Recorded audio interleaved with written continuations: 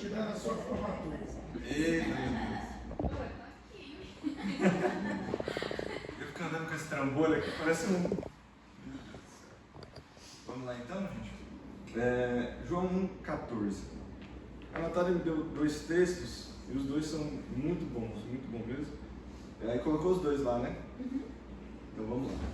João 14, vamos ler todos juntos? 3, 1, 2, 3. E o Verbo se fez carne e habitou entre nós, cheio de graça e de verdade, e vimos a sua glória, glória como do unigênito do Pai. João 1,14. Vamos orar? Senhor meu Deus, muito obrigado, Pai, por esse momento de louvor, de palavra. Que a Tua palavra, Senhor Deus, possa estar no nosso coração e possa nos transformar através do Teu Santo Espírito, em nome de Jesus. Amém. O tema de hoje, então, será a luz que veio ao mundo. Há pouco tempo, eu li um livro do J. Packer sobre o conhecimento de Deus e ele falou sobre o Deus encarnado. É um assunto muito interessante e complexo, não é um assunto fácil. A gente fala muito sobre encarnação de Jesus Cristo como se fosse algo muito natural. Como falar da Trindade, por exemplo. Todos conhecem a Trindade, certo? Deus Pai, Deus Filho e Deus Espírito Santo. Só que se você parar para sentar e analisar esse assunto, você vai ver que é algo muito complexo.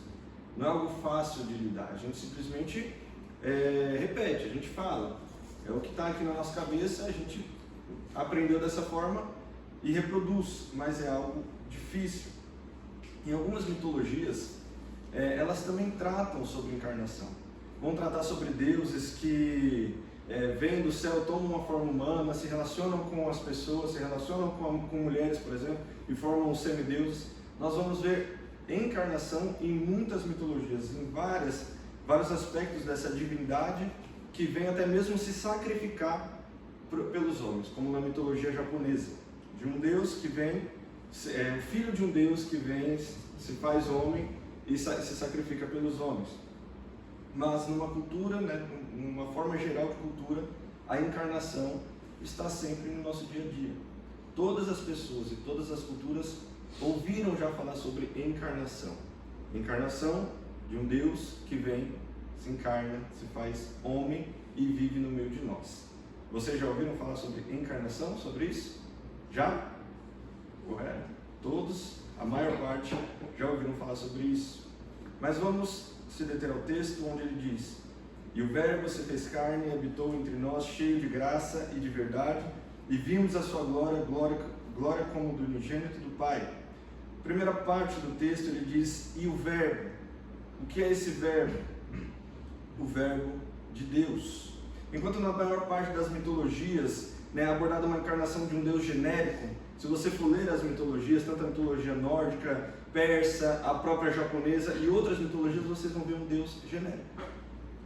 Tanto a sua mitologia é genérica, como algo supérfluo, sem raiz e sem profundidade, puramente uma história que você vê ali para que contaram, só para ter uma ideia de onde vieram as coisas, não tem nenhuma profundidade do que é esse Deus e do que é essa encarnação. Então, João ele traz a ideia de não somente uma encarnação de um Deus genérico que as pessoas estavam acostumadas a ouvir naquela época. Vocês têm que entender que no período que João escreve essa carta, o mundo já passou pelo helenismo, aquela cultura grega que dominou toda a terra. Então as mitologias gregas já estavam sendo conhecidas por toda a terra. Depois você tem os romanos que também trouxeram as suas mitologias. Então João queria mostrar para o povo quem era Jesus Cristo. Afinal, Jesus Cristo era conhecido por fazer milagres. Lembra dos encontros extraordinários?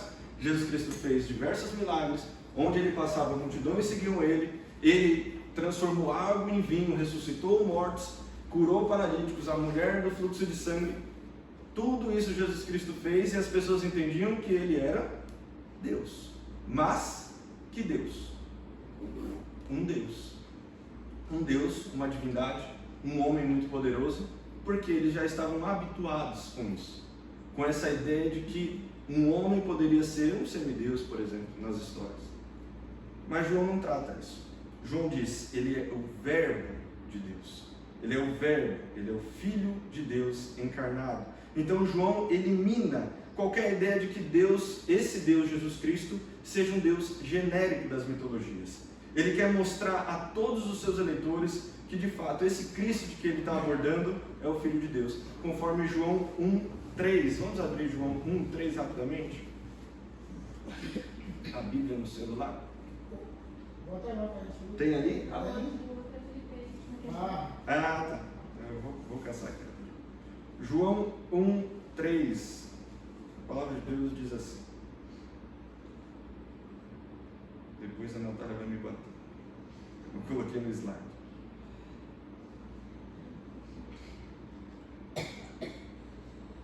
João 1:3. Vou ler desde o primeiro. O texto que a gente está tratando de uma maneira completa. Ele diz assim: no princípio era o Verbo, e o Verbo estava com Deus, e o Verbo era Deus. Ele estava no princípio com Deus. Todas as coisas foram feitas por intermédio dele, e sem ele nada do que foi feito se fez. João está tratando sobre a divindade de Jesus Cristo. Quem ele era? Ele estava com Deus. Desde o princípio, desde antes de tudo, ele estava com esse Deus. Que Deus? O Deus de Israel. O único Deus. Só que João cava mais essa ideia e diz: ele, por meio dele, desse Jesus Cristo, desse Cristo, foram feitas todas as coisas. E sem ele, nada do que foi feito se fez. Poderia ser feito. E ele diz: esse Verbo, ele é Deus. Então, a ideia de um Deus, com letra minúscula, genérico, mitológico, se quebra aqui. João está abordando esse Deus de quem eu falo, esse Cristo de quem eu falo, ele é o verdadeiro Deus. Jesus é o Verbo e o meio pelo qual tudo que foi feito se fez. Colossenses 1:16 diz assim: pois nele foram criadas todas as coisas, nos céus e sobre a terra, as visíveis e as invisíveis, sejam tronos, soberanias, quer principados, quer potestades. Tudo foi criado por meio dele e para ele. Ele é antes de todas as coisas, nele tudo subsiste. Esse é Jesus Cristo. Esse é o Senhor dos encontros extraordinários. Esse é o Senhor de quem João está falando. Então ele continua, né? A gente entendeu quem é esse Verbo. E o Verbo se fez carne e habitou entre nós. Ele diz: se fez carne e habitou entre nós. Agora Filipenses 2:5-8. Tende em vós o mesmo sentimento que houve também em Cristo Jesus, pois ele, subsistindo em forma de Deus, não julgou como usurpação o ser igual a Deus. Antes a si mesmo se esvaziou, assumindo a forma de servo, tornando-se em semelhança de homens e reconhecido em figura humana. A si mesmo se humilhou, tornando-se obediente até a morte e morte de cruz. Jesus, ele não foi constrangido a se tornar Deus. Não foi esse Pai que está no céu que disse: olha, você precisa descer, você precisa ir lá, você precisa se encarnar. Ele não foi contra a sua própria vontade. Mas o texto diz, tanto aqui como em Filipenses, que a si mesmo se humilhou. Ele se tornou obediente. Ele se esvaziou. E aqui ele diz, ele se fez carne. Aqui o texto não diz que ele foi feito carne por nós, ou que ele foi esvaziado, ou que ele foi humilhado. Não, ele se esvaziou, ele se fez carne, ele habitou entre nós. Esse Cristo então, que é Deus, agora que entendemos que ele é Deus verdadeiramente, ele decidiu por sua própria vontade se fazer humano e descer entre os homens, completamente diferente dos deuses das mitologias. A sua ação não foi por constrangimento, mas foi por amor a nós. A sua vida não foi ditada por alguém, mas foi espontânea, livre vontade. Talvez um dos pontos mais complicados de fato da teologia é o Deus infinito que tomou uma forma finita, ou o amor em carne, a graça que acabou caminhando entre a terra, entre nós, entre os homens, o Deus imortal que se fez mortal. Tito 2:11-14, ele vai dizer assim: porquanto a graça de Deus se manifestou, Salvador, a todos os homens. E eu vou pular para o 14. o qual a si mesmo se deu por nós, a fim de remir-nos de toda iniquidade e purificar para si mesmo um povo exclusivamente seu, zeloso de boas obras. Esse Deus, diferente dos outros deuses citados na história da humanidade, é o verdadeiro Deus e um Deus que se fez carne por nós. Mas não para por aí, então João continua. E o Verbo se fez carne e habitou entre nós, cheio de graça e de verdade. Por que graça e verdade? Os deuses relatados nas mitologias não são cheios de graça e de verdade. Pelo contrário, os deuses dessas mitologias, na verdade, eles são sádicos, maus e fazem brincadeiras com a vida dos homens. Eles jogam as suas cartas, a sua sorte, e começa o jogo dos deuses aí para decidir a vida dos homens. Nós estamos acostumados a ver filmes, que não se trata muito, mas se você for ver alguns seriados, como os Vikings, você vai ver filmes naquela mitologia do Percy Jackson, que é bem infantilizado, mas quando você vai lendo algumas mitologias, você vai ver a natureza dos deuses. Os deuses, eles são irados, os deuses, eles são sádicos, os deuses, eles brincam com os homens, os deuses, eles seduzem a humanidade e desprezam. Os deuses, por raiva um dos outros deuses, acabam destruindo e atacando os adoradores de outros deuses. Então você vai ver essa natureza nos deuses da mitologia. Porém, esse Deus que João está mostrando, que é o verdadeiro Deus, esse sim é cheio. O que é cheio? Completamente. De maneira inteira, completa. De graça, que é o favor imerecido, e de verdade, que é real. É verdadeiro. Não é mitológico, não é lúdico, mas é real, é algo concreto. Diferente das fábulas e dos mitos, foi nos dado um Deus real e gracioso. É isso que João está apresentando para nós. Então, volto a dizer, os encontros extraordinários demonstraram a graça de Cristo para com todos os homens e mulheres. Não vimos isso? Um Deus que a mulher tocou em suas orlas, foi curado. Um Jesus que viu uma mulher saindo para enterrar seu filho e o curou e ressuscitou. Um Deus que estava ali prestes a julgar uma mulher, as pessoas chegam para julgar essa mulher adúltera, e Jesus diz o quê? Aquele que não tem pecado, atire a primeira pedra. Quem não tinha pecado ali? Jesus. Ele diz, aquele que não tem pecado, atire a primeira pedra. Ele estava dizendo aos homens, aos fariseus, aquelas pessoas que estavam ali, montando aquele cenário, tanto para pegar Jesus Cristo, mas para também matar aquela mulher. E ele que poderia matá-la, diz, aquele que não tem pecado, atire a primeira pedra. Quando eles vão embora e deixam as suas pedras um por um, ele diz, onde estão os seus acusadores? E ele diz, eu também não vou te condenar, vai, não peques mais. Um Deus cheio de graça é esse Deus. Um Deus cheio de misericórdia. Ele não devia nada para ninguém, mas ele entregou tudo a essas pessoas e a nós. Tito 2,14, do qual eu acabei de ler, ele vai dizer que o qual a si mesmo se deu por nós, com a finalidade de nos remir dos nossos pecados. Esse é Jesus, aquele que quer um povo exclusivamente seu, e não simplesmente criou uma jornada para um semideus tratar dela e salvar o seu povo, mas um que a si mesmo se esvaziou e veio buscar cada um dos seus filhos, derramando a sua própria vida mediante a morte de cruz. Esse é Jesus Cristo. Então, onde você tem buscado a verdade de Deus para a sua vida? Qual das mitologias tem te enganado? Na modernidade, por exemplo? No que você tanto trabalha? No quanto você estuda, talvez? No quanto você investe? Nós adoramos os nossos próprios deuses e criamos para nós os semideuses nos quais vão nos salvar ou vão nos livrar de algumas situações das nossas vidas. E esquecemos do Deus que é o Verbo, que se fez carne, que habita entre nós. E diferente de todas essas coisas nas quais depositamos a nossa fé e a nossa esperança, Ele é cheio de graça e de verdade. Nada do que você tem corrido atrás é tão gracioso e tão verdadeiro quanto Deus. Nada. Ele diz: eu sou o caminho, a verdade e a vida. Em outra passagem, ele fala sobre aquele que constrói a sua esperança, a sua vida, a sua casa em cima da areia, e aquele que constrói em cima da rocha. Quem é a nossa rocha? Jesus. A rocha é Cristo. Ele é a verdade. E aquele que deposita tudo nele encontra graça e misericórdia. Amém?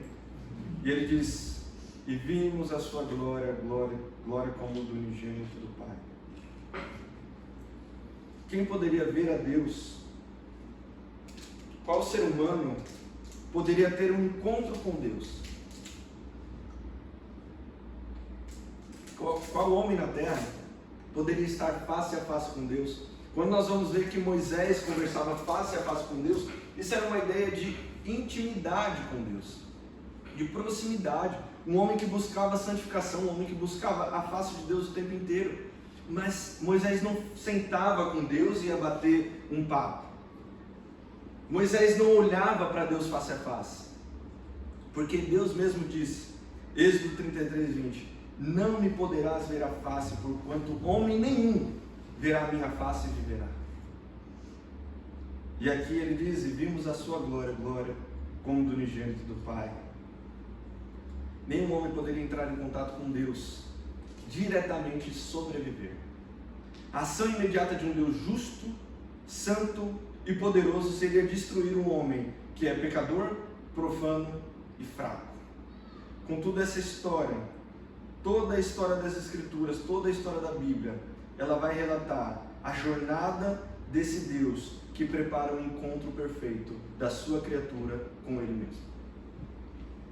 A jornada desse Deus entre Gênesis até Malaquias, para então entrar o livro de Mateus, os Evangelhos, preparando o homem para encontrar face a face com Deus. E o Verbo se fez carne e habitou entre nós. Essa é a revelação da glória, a glória do unigênito do Pai. Portanto, o que não podíamos ver, agora Ele mesmo mostrou a nós. A glória de Cristo é a mesma glória que a glória de Deus. Esse é um relato firme sobre a natureza divina e una entre Jesus e o Deus que se revelou a Moisés. É isso que João está expressando para os seus leitores. Se você está em contato com Jesus, é o mesmo contato com Deus, o Criador. Quebrando todos os paradigmas, quebrando aquela ideia do judaísmo, quebrando a farsa que tinha permeado a história daquele momento. E quebrando algo impossível, conforme Deus mesmo tinha dito que ninguém poderia ver a face dele. Então ele arranjou um método para que os homens pudessem ter uma visão de quem ele é, através de Jesus Cristo. Jesus é aquele que revela a face de Deus. Ele é o Alfa e o Ômega. Esse é nosso Jesus Cristo, o Filho de Deus. Ele veio e em breve ele voltará. Isaías 9:2, o povo que andava em trevas viu grande luz, e aos que viviam na região da sombra da morte, resplandeceu-lhes a luz. Se você sente uma escuridão na sua vida, que parece não ter fim, não ter saída, você tem que entender que esse Jesus Cristo é a luz para a sua vida. Se você não consegue enxergar uma luz, por exemplo, para a sua família, você tem que entender que há onde clamar por essa luz. Que Jesus Cristo ele se apresenta como a luz do mundo, aquele que veio por nós, e na região das trevas, ele prevaleceu como luz. Talvez você venha aqui para o Hope, você talvez esteja vindo pela primeira vez, ou poucas vezes tenha vindo, ou está vindo desde o começo, mas você não consegue ver uma mudança na sua vida. Parece que o tempo inteiro você está caminhando em trevas. Parece que nada muda, nada altera. Mas eu quero te dizer que esse Deus encarnado, ele habitou entre nós e habita até hoje neste lugar, para trazer luz e esperança para a sua vida, trazer a verdade de Deus até a sua história. Essa é a encarnação de Cristo, é o ápice do amor de Deus, é aquela luz que se manifesta para trazer uma maneira acessível para a nossa salvação. Amém? Essa mensagem que eu quero deixar para vocês, para o coração de vocês, para vocês entenderem que O nosso Jesus é o verdadeiro Deus. O nosso Jesus é aquele Deus que não usurpou ser igual a Deus, mas se esvaziou, se humilhou, habitou entre nós, se fez carne. Não porque alguém ditou isso para ele, mas movido por amor e compaixão, veio até nós, sofreu em nosso lugar, nos resgatou de um reino de trevas e nos transportou para um reino de luz. E se você está aqui hoje no Hope, se você tem vindo até esse lugar, se você entende que esse Jesus Cristo é o verdadeiro Deus, você não pode ficar de fora dessa luz. Essa luz precisa permear a sua vida. Essa luz precisa preencher o seu lar, precisa preencher o seu coração e transformar a sua vida. Te incomodar de uma maneira tremenda, para que você viva mediante a verdade de Deus. Amém? Amém. Vamos nos colocar de pé, orar rapidamente.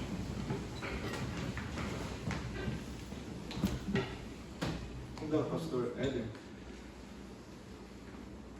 fazer uma oração por nós.